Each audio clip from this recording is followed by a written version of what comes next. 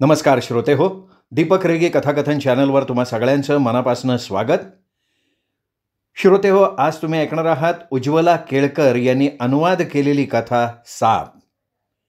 ही मूळ हिंदी कथा लिहिली आहे भगवान वैद्य प्रखर यांनी, आणि ही कथा मी घेतली आहे उज्ज्वला केळकर यांनी अनुवादित केलेल्या निवडक प्रखर कथा या कथासंग्रहातनं.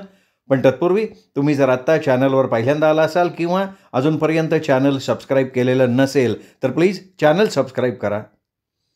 ऐकूया उज्ज्वला केळकर अनुवादित साप. मलू, इरमलू, उठ, वाड्यातून मुकादम बोलवायला आलाय. झोपू दे ना गाई, आज माझा सुट्टीचा दिवस आहे. सांग त्या मुकादमाला. अरे तो म्हणतोय वाड्यात साप निघालाय म्हणून शेठजींनी तुला बोलवलंय. जा बरं, मुकादमाच्या सायकलवर बसून जा. आज मी मुळीच जाणार नाही आई. काही का होईना तिकडे. यांना आम्ही आमचा देव समजतो, पण या लोकांच्या दृष्टीनं आमची किंमत कावडीची. नोकरच आम्ही फक्त. साप निघू दे नाही तर आग लागू दे, आम्हाला काय त्याचं. रमलू उठून खाटल्यावर बसला. तो पुढेही भुणभुणत राहिला. त्यांच्याकडे नोकरी करायला लागून 2 वर्ष झाली. आधी म्हणाले ऑफिसमध्ये काम करावं लागेल, पण आता शेतात मळ्यात मजुरी, ट्रॅक्टरवर हमाली, त्यांच्या मुलाबाळांचं हागणं मुतणं सगळं करून घेतात. 12 तास करा नाही तर 20 तास करा, कधी 5 रुपये स्वतंत्र फेकणार नाहीत. ते तर झालंच, यांची सायकल पंक्चर झाली तरी पंक्चर दुरुस्तीचे पैसे पगारातनं कापून घेतात. मोठे शेठ म्हणवतात साले. अरे असं नाही बोलायचं बेटा. कसं का असेना, ते आपले अन्नदाते आहेत. जा बरं, मुकादम उभा आहे बाहेर. आई, मी तुला काल सांगितलं की नाही, काल मी 5,000 रुपये मागितले होते आपल्या मुनियाला चांगल्या शाळेत प्रवेश मिळवण्यासाठी. मुनीम, शेठजी, मोठ्या सुनबाई, धाकट्या सुनबाई सगळ्यांची विनवणी केली, गयावया केल्या, पाय सुद्धा धरले, पण सगळ्यांनी तोंड फिरवलं. पैसे मागितले ते सुद्धा दान म्हणून नाही, ॲडव्हान्स म्हणून. मी म्हटलं सुद्धा दर महिन्याच्या पगारातनं 500 रुपये कापून घ्या, पण कुणाला पाझर फुटला नाही.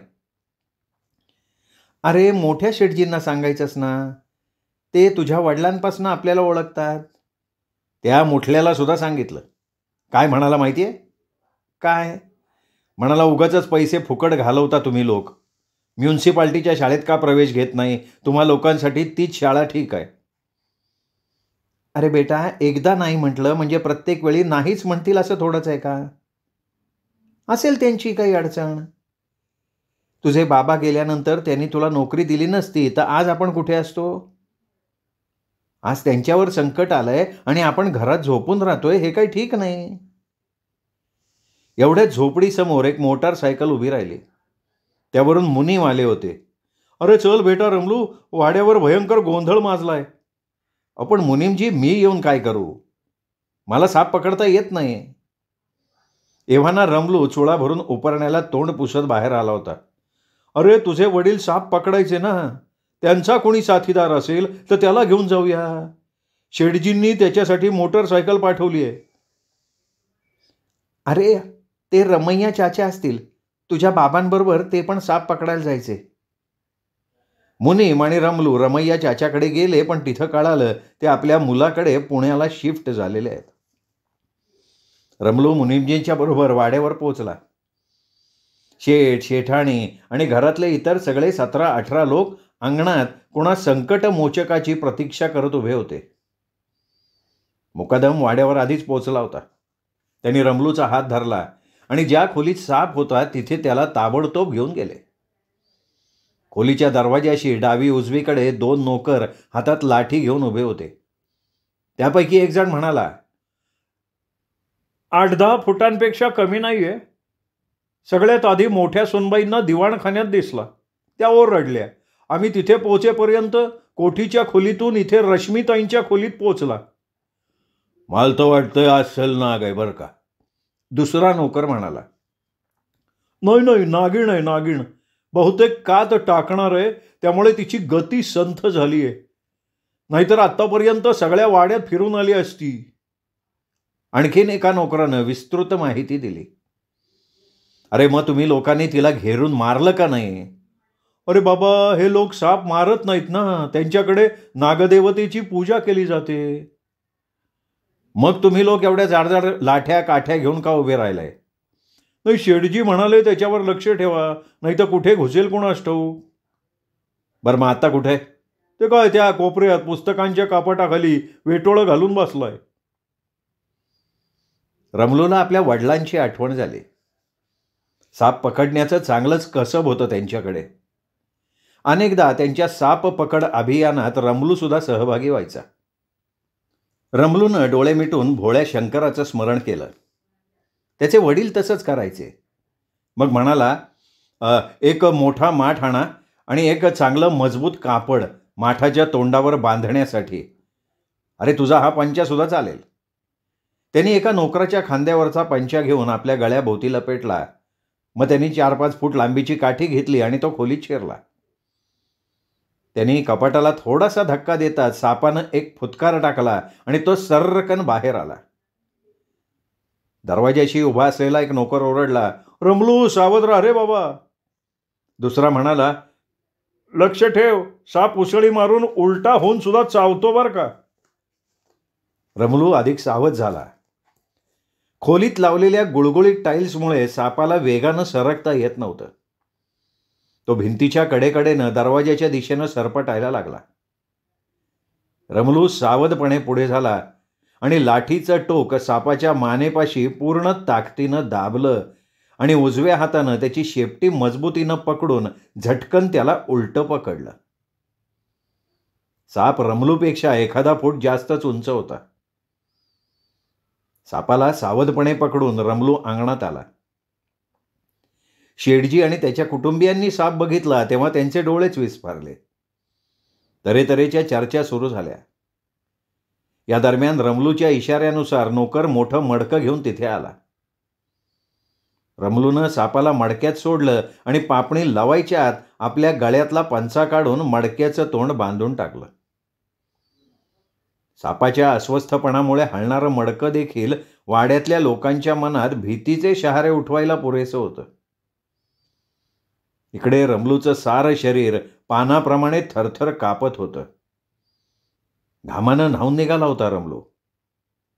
त्यांनी कोणत्या खुबीनं सापाला कैद केलं होतं त्यालाच कळलं नव्हतं. शरीराची थरथर थोडी कमी झाली तेव्हा घामानं ओलाचिंब झालेला आपला सदरा त्यांनी काढला, पिळला आणि त्यांनी तो आपला देह पुसायला लागला. शेठजी हे सगळं बघत होते. ते पुढे झाले आणि रमलूला म्हणाले, आज तू अगदी तुझ्या वडिलांप्रमाणे बहादुरीचं काम केलंयस. मी त्यांना साप पकडताना पाहिलं होतं. रमलूची बोलतीच बंद झालेली होती. मोठ्या मुश्किलीनं त्याच्या कंठातनं शब्द फुटले, शेठजी, आता मला निघायला हवं. अंधार होण्यापूर्वी याला जंगलात सोडायला हवं. मुकादमांना मला झोपडीपर्यंत पोचवायला सांगा. अरे, झोपडीत जाऊन काय करणार? मुकादम थेट जंगलापर्यंत तुला घेऊन जाईल. शेठजी, झोपडीत जाऊन मटक्याला शेंदूर लावायला लागेल. आम्ही सुद्धा सापाची पूजा करतो ना. पूजा झाल्यावर जंगलात सोडून येईन. तुझे वडील सुद्धा असंच सगळं करत होते. हो शेठजी. ठीक आहे, तू म्हणशील तिथे मुकादम तुला सोडून येईल. शेठजींनी हाक मारली. एका क्षणात तिथे मुकादम हजर झाला. रमलूनं माठ उचलला आणि मोटरसायकलच्या दिशेनं निघाला. शेठजींनी 500च्या 2 नोटा काढून रमलूच्या खिशात ठेवल्या आणि म्हणाले, हे तुझं इमान आणि त्या इमानाबद्दल हे इनाम. माफ करा शेठजी, या कामासाठी कुठलंही इनाम नाही घेतलं जातो. माझ्या वडिलांनी शेकडो साप पकडून लोकांची सुटका केली होती, पण कधी कुणाकडनं एक पैसा सुद्धा घेतला नाही त्यांनी. तो काळ वेगळा होता रमलू. त्यावेळी शाळेत प्रवेश मिळवण्यासाठी पैसे द्यावे लागत नव्हते. आता काळ बदललाय. प्रत्येक गोष्टीसाठी पैसे द्यावे लागतात. ठेव, तुझ्या कामी येतील. नाही शेठजी, या कामाचं मी काही इनाम घेणार नाही. याऐवजी मला 5,000 रुपये ॲडव्हान्स द्या. मी दर महिन्याला आपले पैसे परत करीन. ॲडव्हान्सच हवा असेल तर उद्या तुला पैसे मिळतील. मी मुनिमांना आत्ताच सांगून ठेवतो. पण हे तुझ्या बहादुरीचं इनाम आहे. मला माहिती आहे हे काम तू यापूर्वी केलेलं नाहीस. तुझ्या वडिलांच्या निधनानंतर साप पकडणाऱ्या लोकांची कमतरता मोठ्या प्रमाणात जाणवायला लागली आहे. या भागात हे काम करणारा आता कोणी राहिलेलाच नाही आहे. हा आपला भाग म्हणजे जंगलाचा हिस्साच आहे. इथे साप निघणारच. खरं तर आपण लोक त्यांच्या क्षेत्रात येऊन वसलो आहोत. मला या गोष्टीचा आनंद होतोय की वेळा काळासाठी एक पठ्ठा तयार झालेला आहे. शेठजींनी रमलूची पाठ थोपटत म्हणलं. पण शेठजी, अहो या कामासाठी काही मेहनताना घेतला जात नाही. अरे बेटा, हा मेहनताना नाही आहे. लक्ष्मी आहे, लक्ष्मी. ती स्वतः चालून तुझ्याकडे येतेय. तिचा आव्हेर करू नकोस. हीच गोष्ट तुम्हाला समजत नाही रे. लक्ष्मी याच कारणासाठी तुमच्यावर रुसून बसलेली असते. हे घे, ठेवून दे. असं म्हणत शेठजींनी 500च्या 2 नोटा रमलूच्या शर्टच्या खिशात घातल्या. यावेळी रमलू काही बोलला नाही. तो माठ घेऊन मुकादमाच्या मागे मोटरसायकलवर बसला. झोपडीत पोचताच रमलूच्या आईनं रमलूकडून साप पकड अभियानाची सगळी हकीकत ऐकली. ते सगळं ऐकून ती एकीकडे भयभीत झाली तर दुसरीकडे रोमांचित सुद्धा. रमलूच्या पत्नीच्या रेवतीच्या डोळ्यातून मात्र अखंड अश्रुधारा वाहत होत्या. तिने शेंद्राची डबी आणून रमलूच्या हातात दिली. रमलूचे वडील होते तेव्हा हे सगळं रमलूची आई करायची. तुम्ही हे काम करावं असं नाही वाटत मला. डबी परत घेत ती हळूच म्हणाली. का ग? अहो का म्हणजे काय? जीवाशी खेळ आहे हा. साप कधीतरी उलटतो सुद्धा. थोडीशी नजर चूक झाली की. अगं वेडी आहेस का तू? बाबा म्हणत आपल्या लोकांना नागदेवतेपासनं अभय मिळालंय. जोपर्यंत आपण त्यांना मारत नाही तोपर्यंत तो आपल्याला दंश करणार नाही. कळलं? आणि हे काम करणारा दुसरा कोण आहे ग या इलाख्यात? मग आम्ही लोकांनी ठेका घेतलाय का? असू दे, आता बाकीचं बोलणं राहू द्या. याला जंगलात सोडून या. घरात 2-2 लहान मुलं आहेत. हे संकट घरात फार वेळ ठेवणं बरं नव्हे हो. अगं पण आता अंधार पडलाय ना. बाबा म्हणायचे ना की सापाला अंधार झाल्यावर सोडता कामा नये. माठ आणि वरचं कापड दोन्हीही मजबूत आहे. मी उद्या पहाट होता होता त्याला सोडून येईन. लोटा घेऊन बाहेर जाईन ना तेव्हा. रमलू अतिशय थकला होता. त्यांनी झोपडीसमोरचा हातपंप चालवून थंड पाण्यानं आंघोळ केली आणि जेवण करून झोपून गेला. अर्ध्या रात्रीनंतर लघवी करायला उठला. पण नंतर खाटेवर झोपायला जाण्यापूर्वी कोपऱ्यात ठेवलेल्या मडक्याकडे जाऊन पाहिलं. त्यावर कापड अगदी जस्सच्या तस्सं बांधलेलं होतं. मडक्याला स्पर्श करून मनातल्या मनात तो म्हणाला, बास नागदेवता, आणखीन 2 तास धीर धरा. तो खाटेवर जाऊन झोपला खरा. पण आता त्याला पहिल्यासारखी गाढ झोप लागली नाही. खूप वेळपर्यंत तो कुशी बदलत राहिला. मग कधीतरी त्याला झोप लागली. झोपेत स्वप्न पडलं. स्वप्नात त्याला दिसलं मुनिमजींच्या घरी साप निघालाय. रमलूला तिथे सुद्धा साप पकडायला बोलवलं गेलंय. मुनिमजींनी देखील 500च्या 2 नोटा रमलूच्या शर्टच्या खिशात घातल्या. पण यावेळी त्यांनी काही फार जोरात नको नको असं म्हटलं नाही. मग शेजारच्या गुलमोहर कॉलनीत एकामागून एक साप निघायला लागले. त्या कॉलनीत सगळे बंगले करोडपतींचे. प्रत्येक ठिकाणी साप पकडायला त्यालाच बोलावलं जायला लागलं. आणि मग प्रत्येक जण त्याला इनाम द्यायला लागला. कुठे 1000, कुठे 5000. मग तर त्याला शेजार पाजारच्या गावातूनही बोलावणं यायला लागलं. नंतर त्यांनी एक झकासपैकी जीप खरेदी केली. शेठजींच्या जीपपेक्षाही शानदार. आणि मग तो जीप घेऊन साप पकडायला जायला लागला.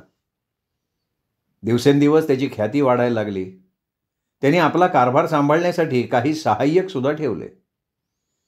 पुढे पुढे असं व्हायला लागलं की एखादा विशेष साप असेल तरच तो धरायला जायचा. एरवी त्यांनी प्रशिक्षित केलेले सहाय्यक सगळा कारभार सांभाळायचे. त्यांनी बघितलं त्याचा एक मोठा वाडा झाला आहे. त्यात त्याची आई शेठाणीसारखी बसली आहे. रेवती नोकरा चाकरांना हुकूम सोडतीये. त्याची दोनही मुलं शिकण्यासाठी मोठ्या शहरात गेली आहेत. त्यांना भेटण्यासाठी तो अधूनमधून विमानातनं जातो. आभाळात उडणारं विमान थोडं उलटं-पालटं होऊ लागलं तेव्हा त्याची झोप उडाली. त्याची आई त्याला हलवून हलवून जागं करत होती. बाहेर अजून थोडा अंधारच होता. तो उठला आणि तोंड धुवून खुळखुळून चुळा भरून खाटेवर बसला आणि रात्रीचं ते स्वप्न आठवायला लागला. अरे, याला सोडायला जंगलात जाणार आहेस ना? आईनं जशी त्याला आठवण करून दिली.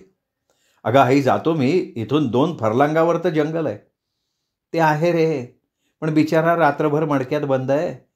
जितकी लवकर त्याला मुक्ती मिळेल तेवढं बरं. हो, ठीक आहे. पण काय आई, सकाळची स्वप्न खरी ठरतात का? मी सुद्धा तसं ऐकलंय रे. पण बेटा, मी काही आजपर्यंत कुठलं असं स्वप्न पाहिलं नाही की जे खरं झालं. अरे, झोपडीत राहणाऱ्यांची स्वप्न ती सुद्धा झोपडी छाप ना. मी सकाळी सकाळी एक स्वप्न पाहिलं आई, पण ते झोपडी छाप नव्हतं. मग काय महालाचं स्वप्न बघितलंस तू?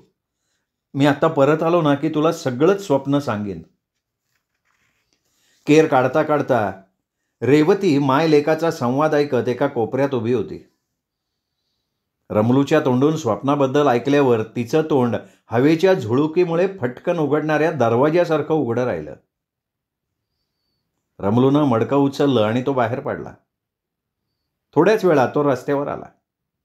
पहाट फटफटायची होती. रस्ता रिकामा आणि नीरव शांत होता. हा रस्ता म्हणजे शहराच्या बाहेर पडणारा बायपास आहे.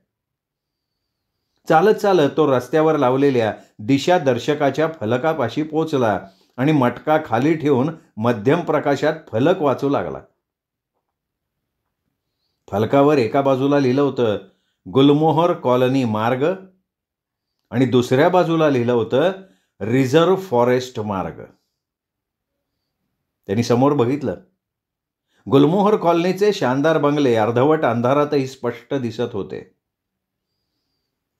क्षणार्धात रात्री पाहिलेलं स्वप्न त्याच्या डोळ्यांपुढे तरंगायला लागलं. त्यांनी मडकं उचललं आणि गुलमोहर कॉलनीच्या दिशेनं चालता चालता विचार करायला लागला, आज माझ्याजवळ 10-20 साप असते तर. श्रोते हो, ही होती मूळ हिंदी कथा जी लिहिली होती भगवान वैद्य प्रखर यांनी आणि या कथेचा मराठी अनुवाद केलेला आहे उज्ज्वला केळकर यांनी. मी या दोघांचेही ही कथा मला चॅनलवर वाचायला दिल्याबद्दल आभार मानतो आणि तुम्हाला परत एकदा विनंती करतो की तुमच्याकडनं चॅनल सबस्क्राईब करायचं राहून गेलं असेल तर आत्ता वरती उजव्या हाताला जो माझा फोटो दिसतोय त्या फोटोला क्लिक करा, चॅनल सबस्क्राईब करा आणि दीपक रेगे कथाकथन चॅनल ऐकत रहा. कारण दीपक रेगे कथाकथन चॅनल म्हणजे कथा आनंदाचा अत्युच्च ठेवा.